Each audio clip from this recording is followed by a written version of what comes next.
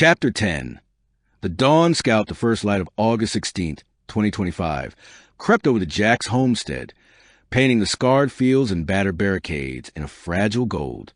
Jimmy Jacks crouched at the east fence, his crossbow gripped tight, the weight of the coming day heavy on his shoulders.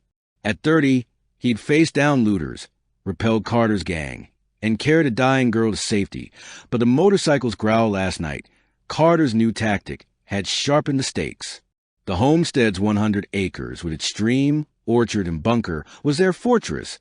But Carter's trafficking empire was a storm ready to break it. The bunker's hatch stood open behind him, a steel maw leading to their underground sanctuary.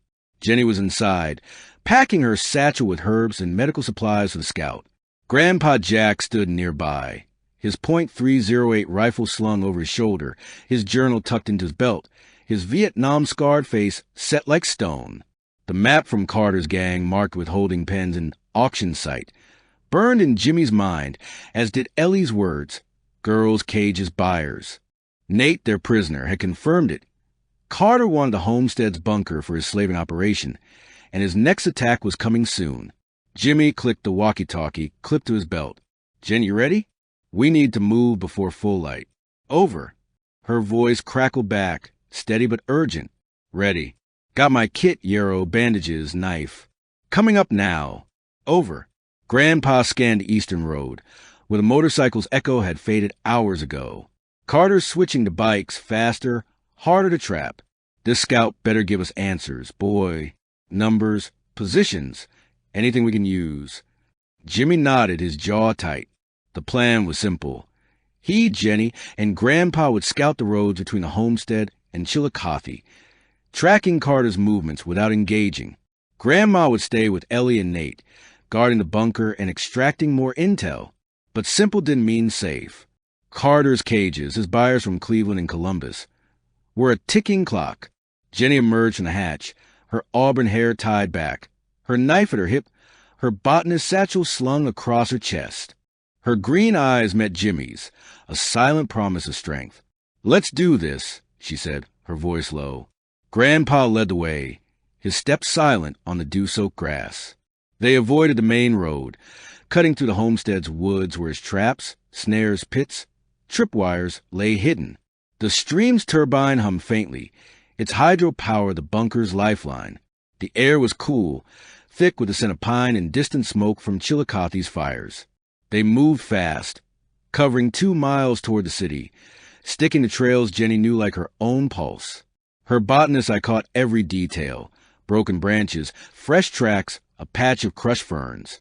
"Motorcycle treads," she whispered, pointing to the dirt. "Recent, maybe last night." Jimmy crouched, examining the tracks. Heading toward Chillicothe. Could be a scout or Carter's moving men. Grandpa's rifle was up, his scope scanning the trees. "Keep moving. We need eyes on their camp, not guesses." They pressed on, the trail opening to a ridge overlooking a secondary road. Below, a makeshift camp came into view. 2 trucks, a motorcycle, and a tent, surrounded by 6 men in red bandanas. Crates of supplies, food, ammo, fuel were stacked near the trucks, and a small cage, barely big enough for a dog, sat in the open. Inside, a girl, no older than 15, curled up, her hands bound. Jimmy's blood boiled, his crossbow trembling in his hands. "Bastards," he hissed, his voice barely audible. That's one of the girls Ellie talked about. Jenny's face paled, her knife gleaming as she gripped it. "We can't leave her there." Grandpa's hand clamped on Jimmy's shoulder, his voice low. "We're here to scout, not fight. 6 men, armed with vehicles. We move now, we're dead, and she's no better off." Jimmy's fists clenched, the girl's hollow eyes searing into him.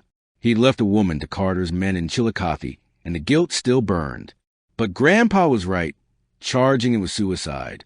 "We marked the camp," he said, forcing calm. "Get the layout, then plan a hit." Jenny nodded, her voice tight. "I'll sketch it. Guards, vehicles, the cage, everything." She pulled a notebook from her satchel, her hand steady as she drew the camp's details. Jimmy watched the men, noting their sloppiness.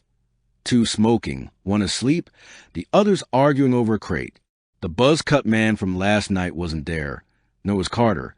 But the motorcycle gleamed, its rider nowhere in sight. Grandpa's scope paused on a crate marked with skull, the same as a bandana. "Supplies," he muttered. "If we sabotage those, we cripple M." Before Jimmy could reply, a twig snapped behind them.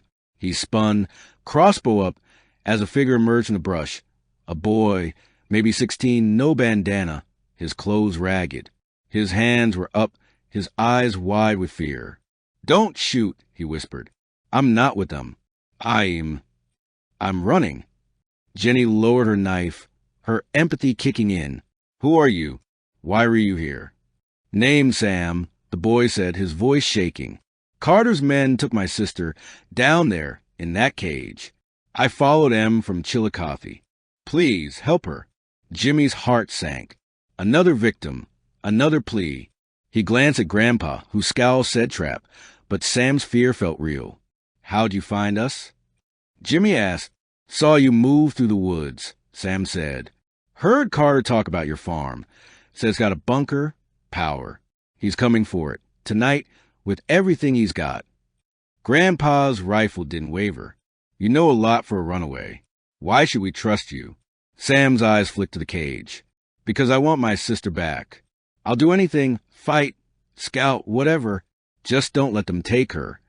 Jenny's sketch was nearly done, her voice urgent. "We've got enough. Camp's small, guards are lazy. We could hit tonight.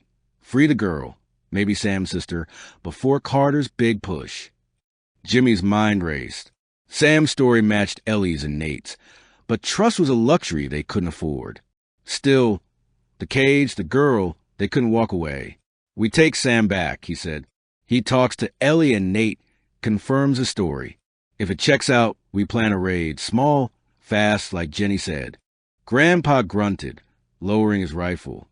"Risky, but we're out of time. Carter's moving tonight. We need every edge. Move out." They retreated, Sam stumbling behind them, his fear palpable. Jenny kept her knife ready, her eyes on the boy. Jimmy's crossbow covered their rear, his senses on high alert. The forest was quiet, but the motorcycle's growl lingered in his memory, a warning of Carter's reach. They reached the homestead by mid-morning. The bunkers hatched a welcome sight. Grandma greeted them, her 9mm pistol holstered, her nurse's calm unshaken. Ellie was up, sipping water, her bruises fading but her eyes fierce. Nate sat bound in the corner, his head down, under Grandma's watchful gaze. "New face," Grandma said, eyeing Sam. "Who's he?" "Claims he's a runaway," Jimmy said, setting his crossbow down. "Says Carter's got his sister in a cage. We found a camp, 2 trucks, a bike, 6 men, and a girl locked up. Sam says Carter's hitting us tonight." Ellie's eyes locked on Sam, her voice sharp. "You know the warehouses? The cages?" "Sam nadit Tiersvilling. My sister, Lila. She's 13. They took her 2 days ago. I saw the warehouses, the guards. It's real." Nate looked up, his voice hesitant. "He's telling the truth. Carter's got kids. For the buyers. The camp you found, it's a staging point. They move prisoners there before the auctions." Grandpa opened his journal, studying Jenny's sketch. "Small camp, sloppy guards. We could hit it, sabotage the trucks, free the girl, maybe Lila. But it's a gamble with Carter's attack looming." Jimmy's fists clenched. The girl's face in the cage burned into him. "We don't have a choice. If we wait, Carter overruns us, and those girls are gone. We hit the camp at dusk, then fortify for his attack." Jenny set her satchel down, her resolve clear. "I'll prep supplies, explosives from the bunker stores, more herbs for wounds. Ellie, can you mark weak points on the sketch?" Ellie nodded, taking the notebook. "I'll show you the fuel depot. Hit that, you'll cripple them." Grandma's voice cut through. "And Sam? Nate? We can't fight and babysit. Sam comes with us." Jimmy said, "He knows the camp, and he's got a stake. Nate stays bound, under your watch. If he's lying, he pays." Grandpa closed his journal, his eyes on the map. "Dusk it is. Small team, Jimmy, Jenny, me, Sam. We move fast, strike hard, get out. Grandma, Ellie, Hold the bunker. If we don't make it back, you know what to do." As they prepared, a faint rumble broke the bunker's hum. Not a truck, not a motorcycle, but multiple engines, closing in from the east. Jimmy grabbed the walkie, but Grandpa was already at the hatch, rifle in hand. "Carter's early," he growled. "We're out of time." Jenny's knife gleamed. Ellie sketched a battle plan in her hands. The homestead was their heart, but the cages were their fight, and Dawn had brought the war to their door.